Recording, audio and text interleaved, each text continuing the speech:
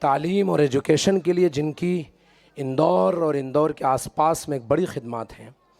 یہاں کے آس پاس میں عصری تعلیم کا ماحول بنانے اور نئی نسل کے اندر تعلیم کی فضا پیدا کرنے اور تعلیم کے اسکلز کو ابھارنے کی جو بڑی کوشش کی ہے اور پورے علاقے میں تعلیمی مزاج پیدا کیا ہے، اور اس سلسلے میں تعلیم اور ایجوکیشن کے سلسلے میں جن کی بڑی کاوشات ہیں، پروفیسر حلیم خان صاحب اندور کے بڑے اسکول اور ماسٹر ہے، ماسٹر کی عادت ہے ٹوکنا، اور یہ ٹوکنا وہ اہم بات ہے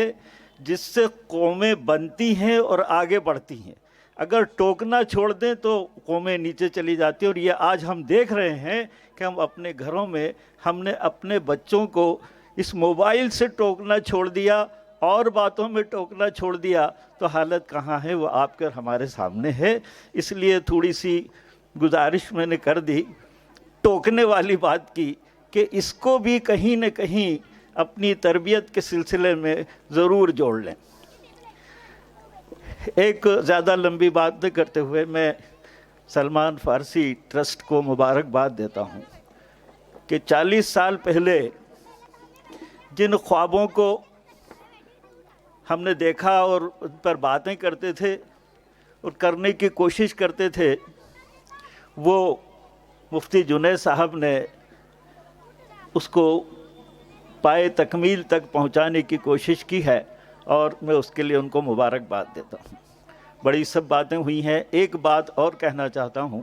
کہ آج کے اخبار میں، اخبار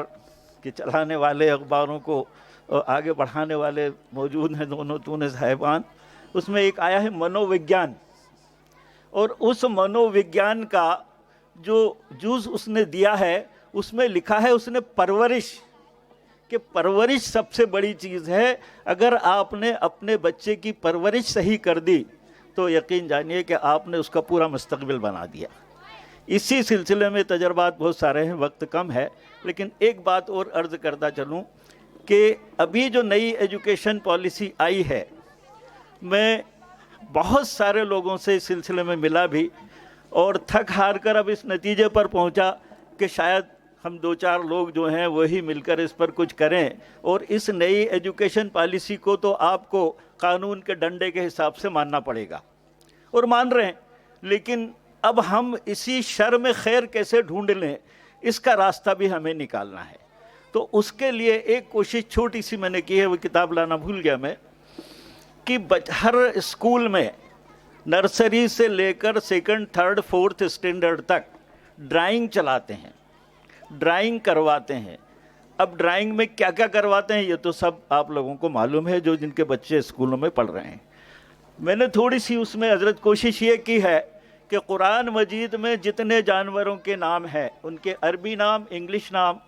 اور جتنے واقعات ایسے ہیں جن کو کی ڈرائنگ کی شکل میں ہم اس کتاب میں لا سکتے ہیں، ایسی نئی کتاب تیار کری ہے۔ اور اب ہم ہمارے اسکولوں میں جہاں پر کی کم سے کم اسلامی تعلیمات دی جا رہی ہیں، نہ بھی دی جا رہی ہوں، تو ڈرائنگ کی کتاب جو سرکار نے لاگو کری اس کا کوئی سلیبس ہے نہیں، تو کم سے کم اس کتاب کو لاگو کر لیں، تاکہ ہم قرآن مجید میں کتنے